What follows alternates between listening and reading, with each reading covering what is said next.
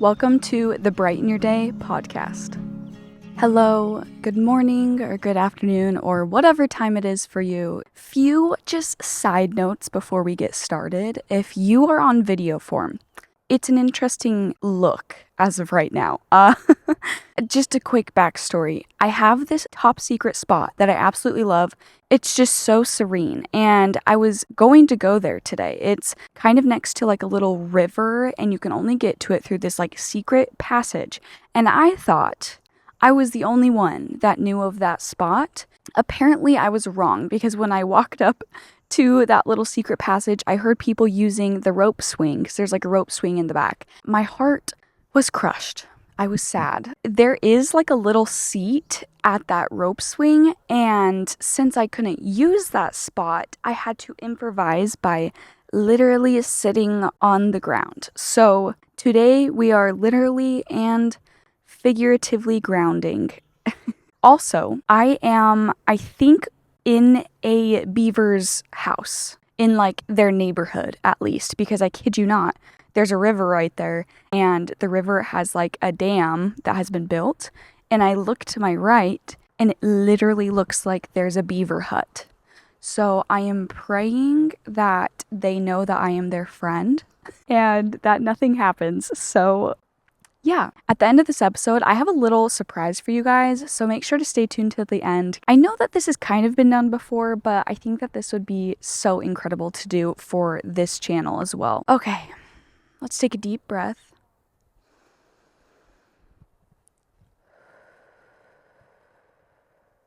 Wherever you are, whatever you're doing, never hurts to take a deep breath before the day, just as a little practice if you're busy. So, I was sitting in traffic. Yes, traffic in Florida. What a shocker. I had to get home because I had to let my dog out. And because of that, of course, traffic hit. And not only that, I was stuck behind a slow car in the fast lane. I'm not like a speed demon whatsoever, but I will say if you were going very slow in the fast lane, you could just scooch over, okay? And cars were like going all around, like trying to get around this car, and I couldn't get around because there's so many other cars like going around. So I seriously was stuck behind this car, and I was like sitting there just so upset. Like, of course I would be stuck behind this car when I need to get home, and oh my gosh, what are they doing? Are they on their phones? Are they distracted? Oh, I'm just so upset. And I sat there like literally for probably like 10 to 15 minutes, just like fuming, like upset. I was almost shocked at how upset I was, and I wasn't playing any music. I wasn't doing anything besides just like sitting and thinking about what could possibly that car be doing for them to be going so slow. I had this thought come to my head truly out of nowhere. Like I don't believe it was my thought. And the thought wasn't even about that car. It was about me and my life. And the thought essentially was like, hey, this is kind of how it feels to be in a limbo stage. In a stage where you feel like nothing's really working out and things are holding you back, or something's in your way, but you don't really know what it is. No matter how hard you try to get around this stage of life that just feels slow, you can't. And there's nothing you can do about it, because there are stages in life that are just faster than others. That may not be the most profound thought, but I, in my life, have had a few of these stages. I'm sure you have too. And it just felt so profound in that moment to understand that that's kind of what it looks like from a bird's eye view. I realized my music wasn't playing, and I was like, what the heck? Why isn't my music playing? My music would make this like 10 times better. So I turned on my music. I rolled down my windows. Yeah, I just enjoyed the music, and I was proud of myself. I was proud of myself for realizing that in that moment. And then I started planning this episode, and I started thinking about all the other times that like I felt this way, and I'm sure you felt this way. And not only that, but like, what did I do to get past those moments? How was I thinking in that moment, and what frames of mind did I have to change? What tools helped me during those moments? I kind of feel like I'm in another one right now, but nothing will compare to the time that I lived in Texas. When I was firstly married, I moved from my hometown to Texas, And I was so excited. I didn't know what I was going to be doing, but my husband had gotten a job in Texas. So I was like, why not? Like, why not move to Texas? We moved and it was great. And as the weeks went on, as the months went on, I didn't have any direction. I had just quit medical school because I realized that I didn't want to be a nurse. It was also during COVID and that sucked. And I was almost done with my pre-med school, I should say. I am a very driven person. Like, even if I'm not necessarily working towards something, I'm always learning new things. I'm always thinking about what's next. And that was a really hard spot to be for me. I didn't know what was in my future. And granted, I'm still in my 20s. I still don't know what the heck is in my future. I felt like everyone around me knew exactly what they were doing, whether they were going to school or they had a job that they were passionate about or had hobbies they were passionate about. Like, I swear during that time, I just dropped all of the hobbies that I used to be interested in. And if you have ever been kind of through a depressive episode or if you struggle with depression, you'll know that like the hobbies that once made you very happy, sometimes either by choice or by accident, you just stop doing them or they just stop giving you that like life that you once had. That's totally what happened to me. Like, I swear one time I saw this video while I was living in Texas and it was this girl and she was complaining and she was just like, I don't have any hobbies other than like working out or like going to get coffee. Like, I literally don't have any arts and crafts that I do. Nothing. I truly resonated with that, and I'm sure that some of you guys do too, because I think that especially with the rise of social media and seeing everyone else and what everyone else is doing, like our attention span is split between like 30,000 different ways and different lives and different things to do. I felt that so strongly in that moment. Like, one moment I wanted to go to law school, and the next moment I literally just wanted to like travel and do like the whole van life thing. I feel like I just get so interested in other people's lives and passions, and there's something about watching someone like be so passionate about something and you're just like, wow, like that's interesting. But it's really interesting because they are so interested in it and you can see that they're so interested in it. So anyways, things got pretty dark, not gonna lie. Like, it was a time for growing, let me just say. So as I was sitting in traffic, okay, now to present time, I was thinking back to the Texas time and I was like, what were things that I did that helped me through that time?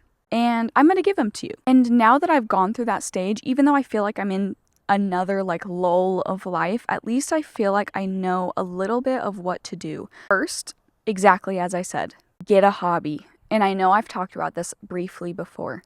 Find a new hobby. And here's the thing, it doesn't have to be anything crazy. It doesn't have to make you money. Usually how life works is if you are open and exploring, it usually takes those as stepping stones for things to do later on. So get a new hobby or get outside and start speaking to people, start meeting people. I swear to you, nothing is more important in this life than people and connections, especially when it comes to like jobs or career opportunities or anything, but just in general. So that's what I did. I bought a little paint set from Five Below and I started painting and it was super fun and just such a good outlet because I hadn't just like painted for fun in a while. Not only that, but I had the best gym in Texas. Oh my gosh, I still reminisce about that gym. So while I was at that gym, I made sure to start talking to people, okay? I'm usually pretty in my own world when it comes to like the gym and working out, but I just thought to myself like, okay, if there's any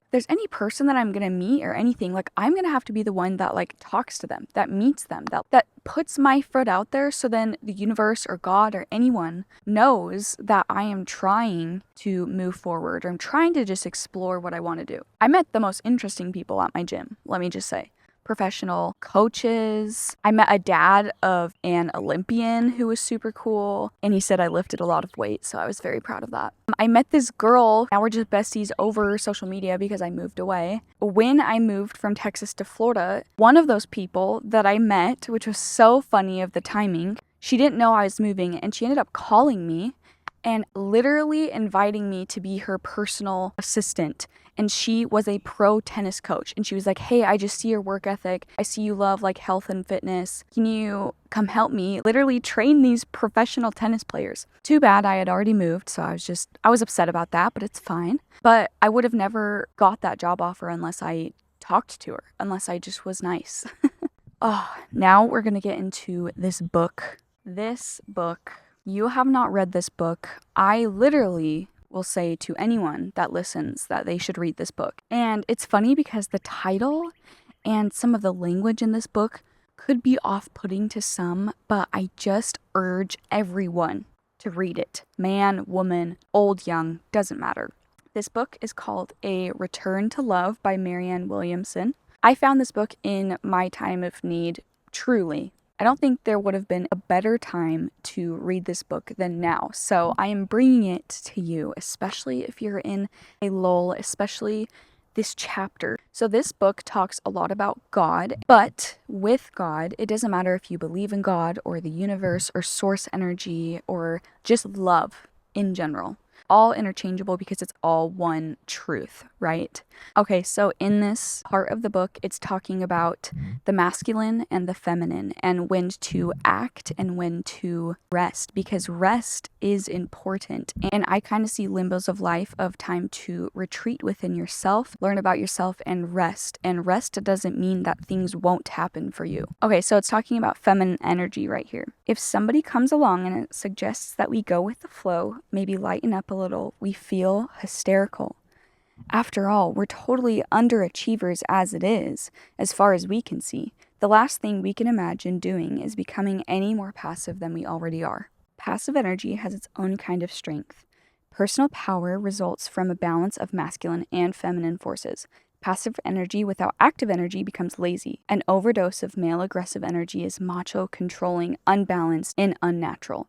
The problem is that the aggressive energy is what we've all been taught to respect. The feminine, surrendered place in us is passive. It doesn't do anything. The spiritualization process, in men as well as women, is a feminization process, a quieting of the mind. It is a cultivation of personal magnetism. And then it says right here, when we stop trying to control events, they fall into natural order. An order that works. We're at rest while a power much greater than our own takes over, and it does a much better job than we could have done. We learn to trust that the power that holds galaxies together can handle the circumstances of our own relative little lives. Surrender. I know I just talked about acting and speaking to people and doing hobbies, but there is a point where if you don't know what you want to do or nothing's really coming to light, there is a point to surrender. Quiet your mind. Listen to that little voice or just be observant, because usually we're so distracted that we're not observant to the next steps that we could take in our lives, even if they're small, even if they're insignificant, but nothing really is. I swear I could literally just sit here and read that book as my podcast because everything she says is just so incredible. This also goes into another episode that I had titled, What If It Could Be Fun? This really is talking about having a childlike wonder and a humility for life and just knowing that you can't control everything because everything isn't in your control. So I just want to encourage you to embrace the stages of life that may not be as quick, as easy as others. Truly, these are the times that you're going to have the most personal growth and you're going to be so grateful for at a later date. Because I will say, there's been some super, super awesome opportunities that I've had since then. But had I not learned some of the things that I learned during that time, I don't know if I would have been ready for those times. I love kind of putting it into perspective and having the question of okay, if you had everything that you wanted in this moment, do you really think that you would be ready for that? Because I wouldn't. With my dreams and my goals, I think if it just got dropped on me, I don't think I would be ready for it yet. But also on the flip side, you should be preparing for it, and if you feel ready for it, then heck, it's probably going to happen to you sooner than later. Because that's kind of the whole thing with, if you believe in manifestation and all of that, it's being in alignment with what is yours and knowing that it's yours already. And we could go into that later on because I'm learning about that more and more. Okay, so for the end of this episode, I promised you guys a little surprise. I have 2 physical copies of this book, A Return to Love.